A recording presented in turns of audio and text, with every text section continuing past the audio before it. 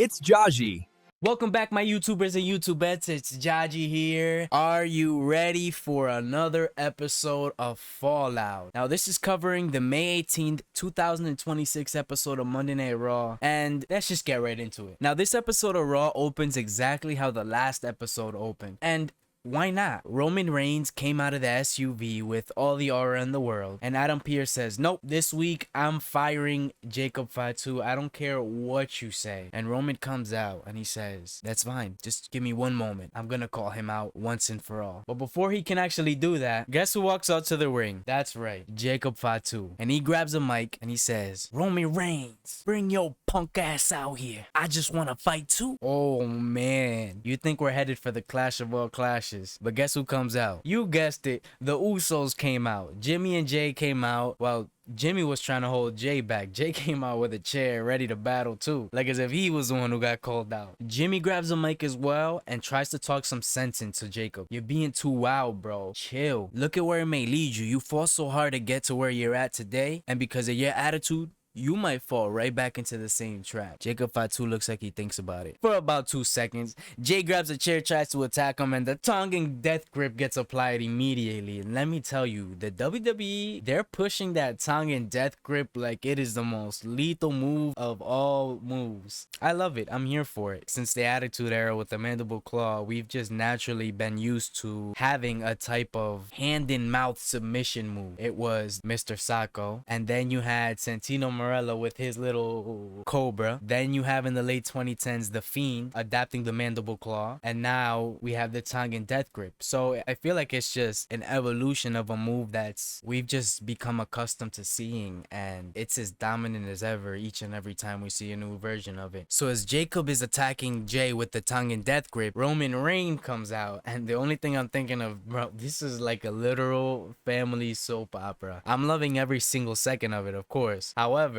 it's just funny how each character comes and you just can't help but feel like you're watching a telenovela or something whenever you're watching the bloodline storyline unfold in front of you. Roman Reigns comes out to attack Jacob Fatu, and you can tell immediately that the WWE is pushing Jacob to the moon just by the simple fact that he's over here applying the tongue death grip on Roman Reigns, and Jay comes from behind him and hits him with a chair, and Fatu just turns around like, oh no, you didn't. Bro, when I seen that, I was like, oh my goodness. Jacob Fatu, no matter how menacing he looks, compared to some of the bigger monsters of the WWE's past, he's relatively small, or normal sized, I'll say. He's not some 6'8" monster. He's not 350 pounds either. So the fact that they had him just eat that chair shot like as if it was nothing, you know WWE's pushing him to the moon when he's doing stuff like that. On top of that, it takes all 3 cousins to finally take Jacob Fatu down. He gets the beat down that Reigns and the Usos had promised him, and just as Reigns is walking out, feeling like he finally finished Jacob Fatu off, Adam Pearce comes out, seemingly getting ready to fire Jacob Fatu. But before Adam can even get a word out, Jacob grabs the mic and says, tribal combat. And at first, I really didn't understand what he was saying, so I was like, huh? But then when Michael Cole was like, tribal combat has only happened 2 other times in WWE history, and both times Roman Reigns came out on top, I was like, I remember when he faced Jey Uso, and then he faced Solo Sikoa when they were fighting for the Ulafala, and that's when I said, damn, this is serious. So it looks like they're setting up Roman Reigns versus Jacob Fatu at Clash in Italy, and Clash in Italy is looking like it's gonna be a pretty elite pay-per-view. We'll get into that further into the episode. Finn Balor then cuts a pre-recorded promo, and I guess now he's settling the score with JD McDonough. They're replaying the history behind those two and how they grew up together as almost mentor-mentee, and they cue to the actual match itself. Now, Finn Balor versus JD McDonough was exactly what you would expect it to be. It was a masterclass in technical wrestling. You kind of knew who was gonna come out on top here. WWE has been, although very mildly, they've been pushing Finn Balor recently. JD McDonough has nothing more than sidekick aura around him right now. So you knew that whatever played out within the match, the final result was gonna be Finn Balor getting his hand raised. And it ended up being exactly that. Dominic Mysterio was there. He interrupted in the match as well. The crowd was chanting, Dom, you suck. Dom, you suck. And I loved it because recently I was talking about WWE needing those top heels. And although I still feel like Dom has that kid energy, that kid heel hate behind him, where it's more so we hate on you like a little brother, he and Ethan Page have a chance to grow into two of the biggest heels that WWE has ever seen. And I know it's gonna take a few years of seasoning, but when they get there, oh boy, get ready for that show. Because a grown Dominic Mysterio, a seasoned Ethan Page, that's gonna make for great WWE television. The match essentially turns into a 2-on-1, Finn Balor versus Dom and JD, and it essentially ends with JD having a trash can placed over him. Finn Balor hits a shining wizard of sorts, climbs to the top rope, hits the coup de grace for the 1-2-3 win. So great, Finn Balor overcame. That's excellent. What's next? Finn Balor, there's no semblance of another feud outside of feuding with people from the Judgment Day. There's no hint at any character development, and seemingly the world title scene is crowded as is. So I highly doubt that there's any more room for Finn Balor. Next, Seth Rollins cuts a promo, and this is essentially announcing that he's going to be main eventing Monday Night Raw tonight. But he hasn't picked his opponent yet, but he's getting ready to pick his opponent. And he says it's gonna be Seth versus The Vision to main event Monday Night Raw. However, if you want me to get specific, it's gonna be Seth versus Bron Breakker. So you think you're ready, Bron? Show me who you really are and face me out there tonight. And obviously, before we get an answer, they cut to another segment, as that's gonna come later on in the show. So Ruka's introducing herself to the WWE universe again, and Becky comes in to interrupt her. And I love this because I'm not sure if you guys have caught the little things in the WWE programming recently, but they seem to enjoy putting couples in back-to-back segments. For example, just now you had Seth Rollins cut his promo. Now you're having Becky do her segment. And oftentimes you'll find the WWE doing that. Another example, over on SmackDown, you'll have Nia Jackson, Lash Legend, cut a promo, or they'll have a match, followed by Trick Williams out in the ring doing his shtick. Now, fool me once, fool me twice. If it happens 2 or 3 times, it's more than a coincidence. So I love that little bit of subtle programming that the WWE does with couples. Becky comes in, she interrupts Ruka, and I love this run, this cocky run that she's in. I'm the best of the world, not according to me, according to Bleacher Report, Today Daily, and everybody else writing it around the world. Like, it's hilarious, and I really hope that we are all appreciating this run that she's on, because once she goes back to her babyface run, and she is gonna have another babyface run, we're going to look back at this run fondly, and we're going to miss it. This is almost like her Hollywood Rock role. And that's really weird because I just compared 2003 Hollywood Rock to Roman Reigns. So I don't know if they're doing this purposely or not, but this braggadocious Hollywood character, man, I can never get enough of it. Back at the promo, Becky tells her, listen, why don't you come back to where you're from? I'm pretty sure at some point you're gonna be a great superstar, but right now you're just not ready for big time Bex. And WWE took me for a spin here because Ruka answered and she was just like, you know what? I think I am gonna go home. And I thought she was I thought she was serious. I thought this was the end of the segment and that's it. I kind of felt bad for her. So she played into the character well. But then Ruka walks out to the ring and she ends up issuing a challenge to Becky Lynch, which took me for another swerve. I didn't expect this. This was a great segment, and they ended up introducing the Becky Lynch versus Ruka at Saturday night's main event. Whether it's going to be for the Intercontinental Championship is to be determined, as Ruka said she wanted to take that belt from her, but Becky Lynch was hesitant on putting that title on the line. So I guess it's to be determined at Saturday night's main event whether the title will be on the line or not. But it was a great segment, and again, another way for Ruka to ingratiate herself with the WWE universe by working with a big time legend like Big Time Bex. Next, we have Bron Breakker's seeming answer to Seth Rollins.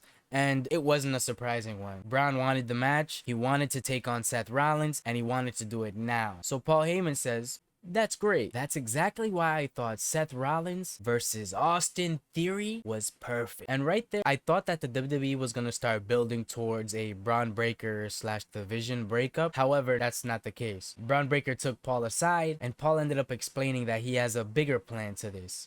how Seth Rollins is going to be vulnerable. He knows where he's going to be at. He knows what time he's going to be there, and etc. and so on. So I guess we have something to look forward to in the main event. We finally get some in-ring action. Tonight we have a 6-man tag match between Los Hermanos Americanos and OG Americano, which is Chad Gable and the Creed brothers, against El Grande Americano and Rayo and Bravo, which is Ludwig Kaiser and I believe it's Pete Dunne and someone else. It was a great match against showcasing the lucha libre fighting style despite not having a single Latino in the ring, and it ultimately ends with Ludwig Kaiser, Grande Americano, putting the plate in his head, giving the headbutt, and getting the 1-2-3 win. Now it seems like whenever OG El Grande Americano, whenever that program's going on American television, it's just to put on a match. The actual storylines aren't built upon up until they get to AAA. So it was a great entertaining match, nothing more, nothing less. I wouldn't give it 5 stars. I'd give it a solid 2.5 to 3 star match on a 5-star scale. Nothing else of note came of it. Next we have a backstage segment between the Usos and Kathy Kelly, and they're asked about the Jacob Fatu and Roman Reigns situation. Now before they can finish their statements, LA Knight comes into the scene, and before I begin, nothing else came of the segment. I feel bad for LA Knight. They've relegated him to challenging an already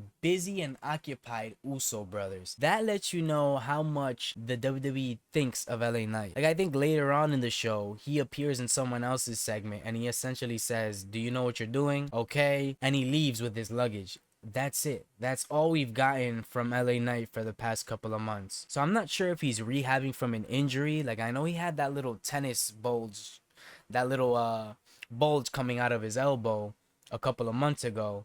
Maybe he's recovering from that, but they don't want to disclose it. I'm not sure why not, but that could be a possibility. It's just amazing the fall off that LA Knight has gone through since that little botch in the Elimination Chamber. It was like that was the final straw, and that was enough for Triple H to bury LA Knight forevermore. It's a sad case. When is his contract up? Next, we have an interview between Ethan Page and Michael Cole, and this is golden. He's proving exactly why I've been saying that he's the future of the WWE when it comes to heels. The guy hands Michael Cole some cue cards and he says, "I'm the talent, ask what I'm asking you to ask." And Michael Cole, of course, obligingly, he reads off the cue card, and it's pretty much just propping Ethan Page up. He's the greatest champion, former North American champion, top at NXT, so on and so forth. And again, this was great. This played into that 2008 Chris Jericho-esque type of heel, that braggadocious, that overconfident, that all ego came out in him. And it's funny, actually, Michael Cole mentioned, "Are you sure that you have all the physical talents to be a great WWE superstar? You have all the vocal talents. You can cut a promo. You're great. However, don't you think that your ego is stopping you?" And that's when Ethan Page, all ego Ethan Page, cuts Michael Cole off and he says, "Whoa, whoa, whoa, whoa, whoa, buddy. It's not ego. It's confidence. And at Saturday night's main event, I'm gonna introduce Penta to the word fear." Man, that left goosebumps on my arm. I'm not sure if they're showing right now, but that left goosebumps on my arm. Ethan Page is it, and best believe I am tuning in this Saturday to watch Saturday night main event, and hopefully, honestly, I'm rooting for the guy. Hopefully Ethan Page walks out the Intercontinental Champion. The Judgment Day are getting some shine as they're set to take on Brie Bella and Paige. It's a non-title matchup, and it seems like it was just that, a simple matchup. Now, Paige and Brie ended up winning the match. In between then, I couldn't help but think how much I loved or preferred Brie's wrestling over Nikki. I don't know why, but I've always had a hard time getting behind Nikki Bella. I'm not sure if it's her personality, her style of wrestling, I don't know what it is, but Brie always seems to give me that underdog feeling, that want to see her win, honestly. So it was great to see her actually going through her sequences, and she seems like she hasn't missed a step since being out of ring action for the Lord only knows how many years. So as stated, Paige and Brie end up winning the match. Where things become interesting are when Liv Morgan comes out to attack Brie and Paige. That in turn causes Bayley and Lyra Valkyria to come to Brie and Paige's defense. In the middle of that, you had Bayley.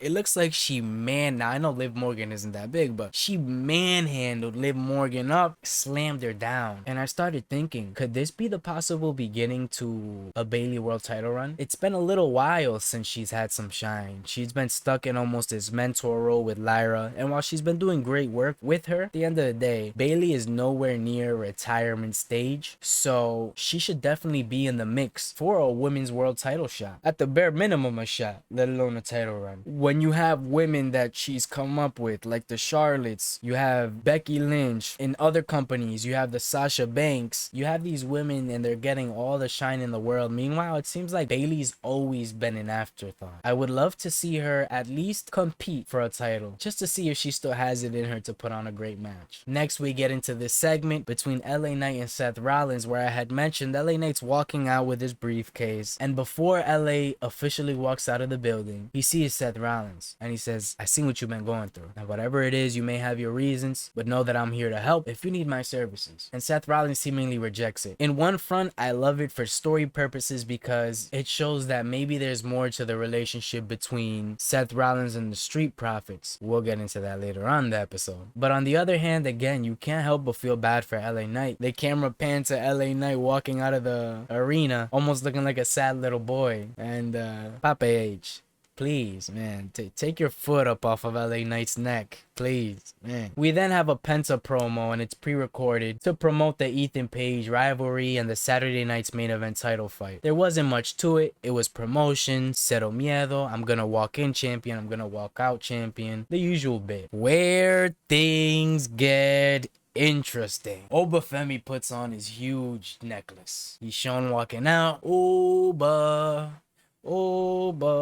who is gonna take the challenge this week? Before anybody could answer, before anybody knew what was happening, Brock freaking Lesnar comes out and he picks Obafemi up and he F5. I almost wish Jim Ross was still announcing in the WWE because I can just hear his voice. F5, F5, F5. Brock Lesnar's back. That would have been icing on the cake if Ross was still involved. Lesnar F5s him. He sits down on the ring, stares at Obafemi for about 5-10 seconds, and exits the ring. And everybody's head was spinning. Now, when he retired at WrestleMania, it was unexpected. Not because we didn't expect him to be contemplating retirement, but because we thought it was gonna come somewhere along the lines of SummerSlam. When he took off the gloves and left them in the ring at WrestleMania, we were left shell-shocked. And the way that the WWE went about it, Paul Heyman was crying, they moved his profile over to the alumni side. You really thought it might have,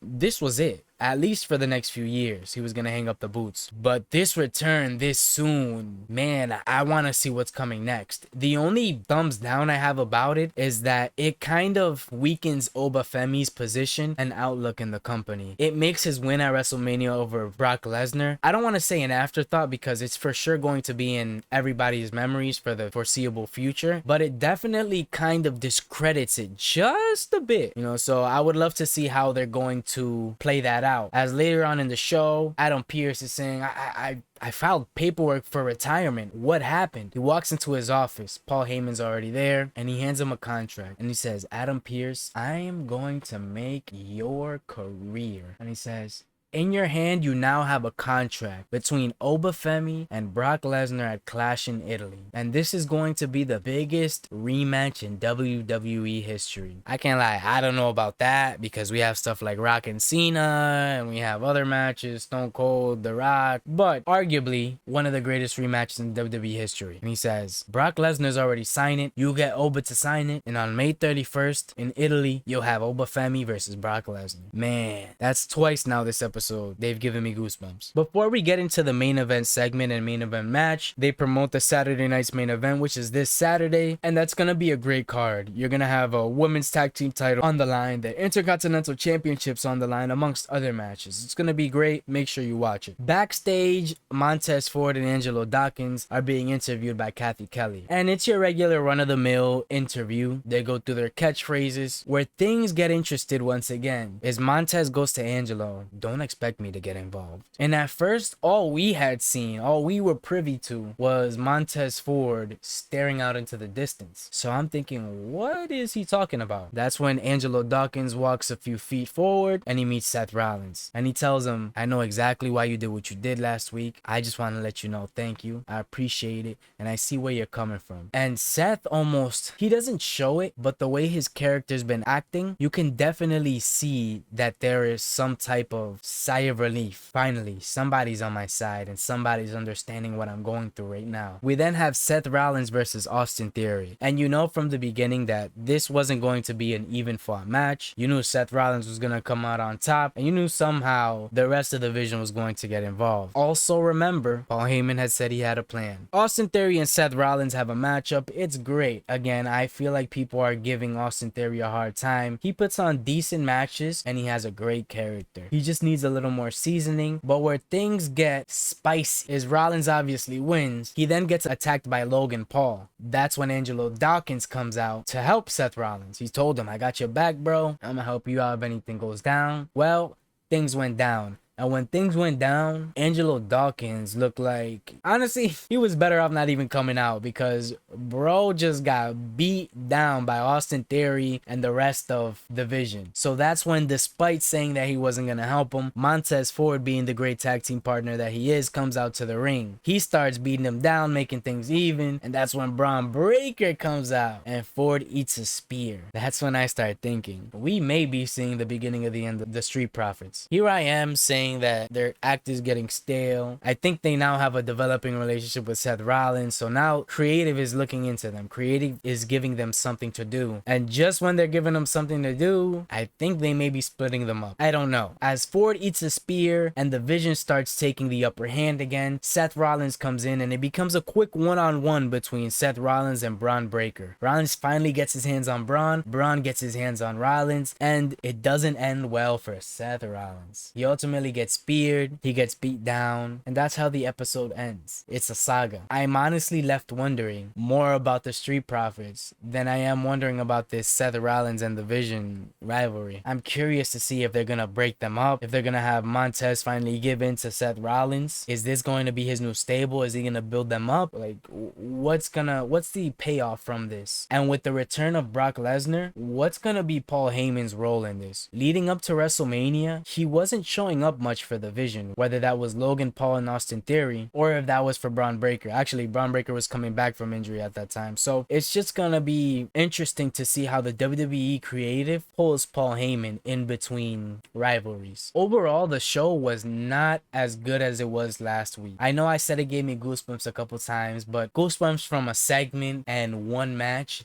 isn't gonna cut it for me to be able to call it a great Monday Night Raw. Last week, they did great on building storylines, both for veterans and introducing young people to the WWE Universe. They kind of did the same thing this week, but things just it felt like a very fast episode, but not in a good way. It just feels like it was so many segments and advertisements and so few matches that it just breezed by, and it didn't build much other than, again, you questioned whether the Street Profits are going to be together for long, and obviously you were left wondering what the heck is going to happen between Obafemi and Brock Lesnar. The Bloodline storyline, they essentially just did the same thing they did last week, except it with roles reversed. Whereas last week Jacob Fatu ended up on top, this week Roman Reigns ends up on top, and now they're set up for a match at Clash in Italy. What are they going to do between then and now? I think they have one more Monday Night Raw to build it, so are they going to do something where they just don't address it? Roman Reigns doesn't appear, Jacob stays off of Raw that week, and they have like the Usos face somebody or something. But other than that, there was nothing else to write home about Monday Night Raw. Out of 5, I'm okay with giving it a 2 to 2.5 on a good day. And today seems it's too early to know. With that being said, thank you so much for watching, guys. My name's Jahji here. Make sure you subscribe, hit that notification bell, like, comment, share with a friend, and share with a friend for more upcoming content. Again, I don't just cover the WWE, I also cover reaction videos, baseball content, the Red Sox Yankees rivalry. I know some people have to be into that, and again, everyday WWE topics. So thank you so much for tuning in.